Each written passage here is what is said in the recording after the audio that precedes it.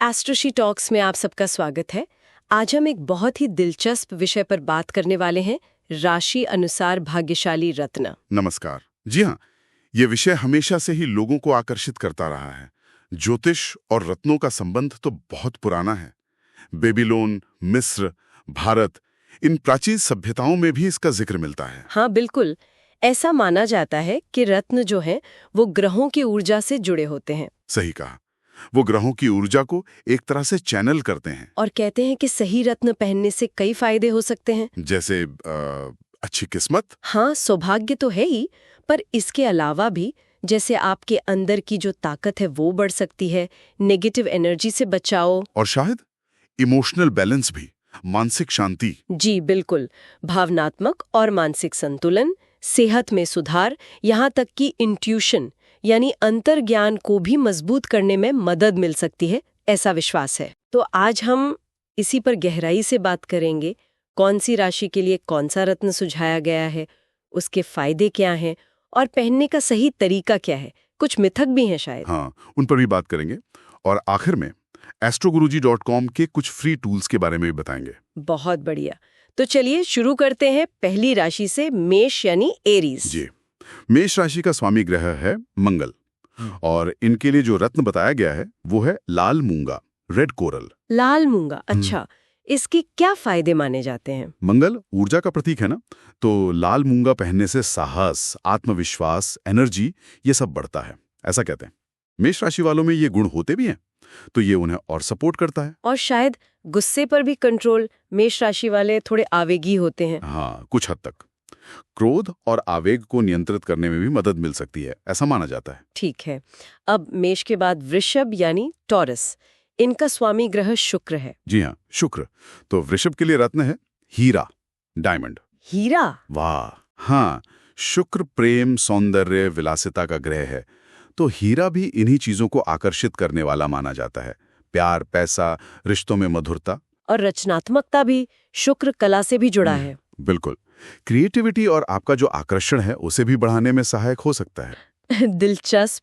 अच्छा, अगली राशि है मिथुन, जेमिनी। स्वामी बुध। हाँ, बुध। और बुध एक और राशि का स्वामी है, कन्या यानी वर्गो। ओह अच्छा, हाँ। तो क्या दोनों के लिए एक ही रत्न है? जी हाँ, दोनों के लिए ही पन्ना यानी एमरल्ड सुझाया गया है। पन्ना?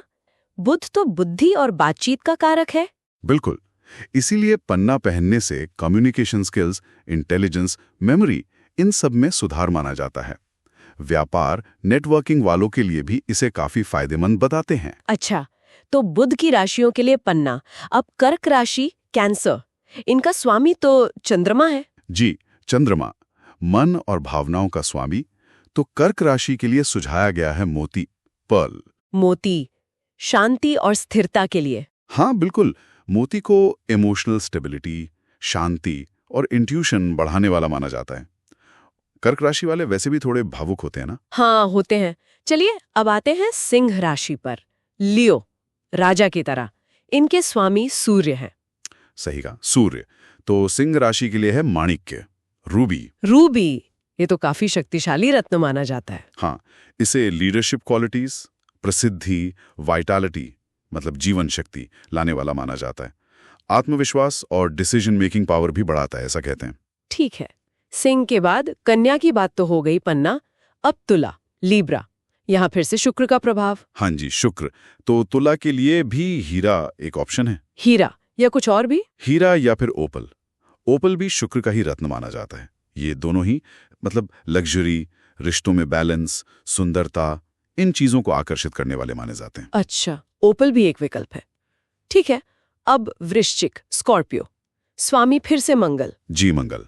तो क्या इनके लिए भी लाल मूंगा ही है, मेष की तरह? बिल्कुल, वृश्चिक के लिए भी लाल मूंगा ही सुझाया गया है।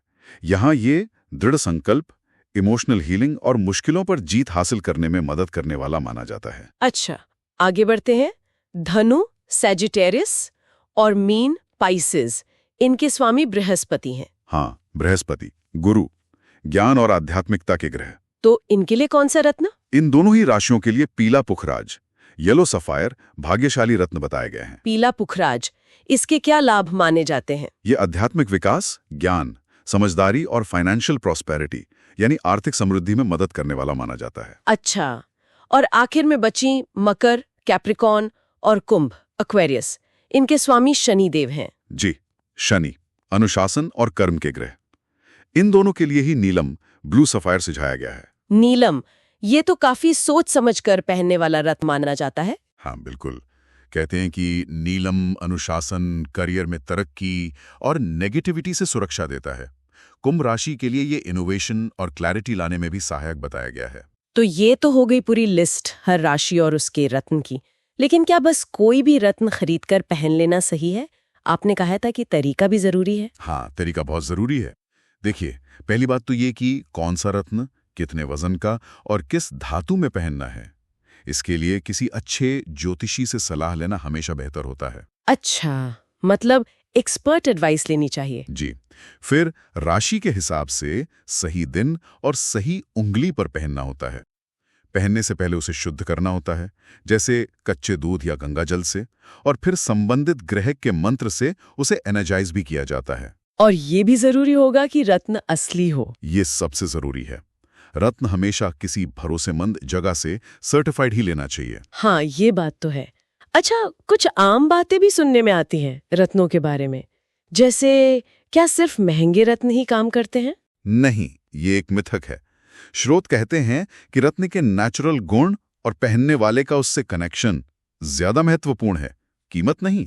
और क्या रत्न पहनते ही तुरंत असर दिखाना शुरू कर देते हैं, एकदम जादू की तरह? नहीं, ऐसा नहीं होता। ये भी एक आम गलतफहमी है। रत्नों का असर धीरे धीरे होता है और लगातार पहनने से महसूस होता है, और ये आपकी कुंडली की बाकी स्थितियों और आपके कर्मों पर भी निर्भर करता है। अच्छा, एक और सवाल, क्या कोई भी व्यक्ति कोई भी रत्न पहन सकता है? मान लीजिए मुझे नीलम पसंद है, तो क्या मैं पहन सकती हूँ? नहीं, ऐसा बिल्कुल नहीं करना चाहिए। हर किसी की जरूरतें और कुंडली अलग होती है। गलत रत्न पहनने से फायदे की जगह नुकसान भी हो सकता है, इसीलिए कुंडली दिखाकर ही रत्न पहनना चाहिए। और सिंथेटिक रत्न जो लैब में बनते हैं, क्या वो भी काम करते हैं? देखिए, प्राकृतिक रत्नों को ही सबसे शक्तिशाली माना गया है। जो लैब में बने रत्न होते हैं, उनमें वो आध्यात्मिक ऊर्जा शायद उतनी नहीं होती। समझ गई। तो कुंडली दिखाना और असली रत्न पहनना जरूरी है। और अगर कोई खुद अपनी ज्योतिष की जानकारी बढ़ाना चाहे, तो आपने astroshi.com के कुछ टूल्स का जिक्र किया था। जी हाँ, astroshi.com पर कुछ बहुत उपयोगी फ्री टूल्स उपलब्ध हैं। जैसे आप अपनी फ्री कुंडली बना सकते हैं फ्री कुंडली जनरेटर से। अच्छा। अपनी राशि पता कर सकते हैं राशि फाइंडर से। शादी के लिए कुंडली मिलान कर सकते हैं कुंडली मैचिंग टूल से। अपने पार्टनर के साथ कंपैटिबिलिटी चेक कर सकते हैं लव कंपैटिबिलिटी चेकर से।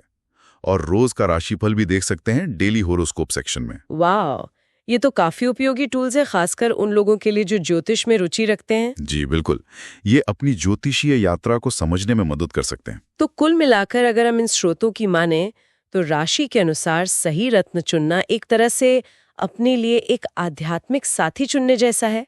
हाँ, कह सकते हैं। हर रत्न की अपनी एक खास एनर्जी होती है जो पहनने वाले की एनर्जी के साथ मिलकर काम कर सकती है। ये विश्वास और अनुभव का विषय है। बिल्कुल, ये जानकारी बहुत ही रोचक थी। और जाते जाते एक सवाल श्रोताओं के लिए छोड़ जाते हैं। क्या ये रत्न सिर्फ बाहरी शक्तियों के प्रतीक है, या ये हमारे अंदर की सोई हुई शक्तियों को जगाने का एक माध्यम भी हो सकते हैं? सोचिएगा जरूर। जी, इस जानकारी को अपने दोस्तों और परिवार के साथ शेयर करें, और आपके अपने अनुभव या सवाल हों तो नीचे कमेंट्स में जरूर बताएं।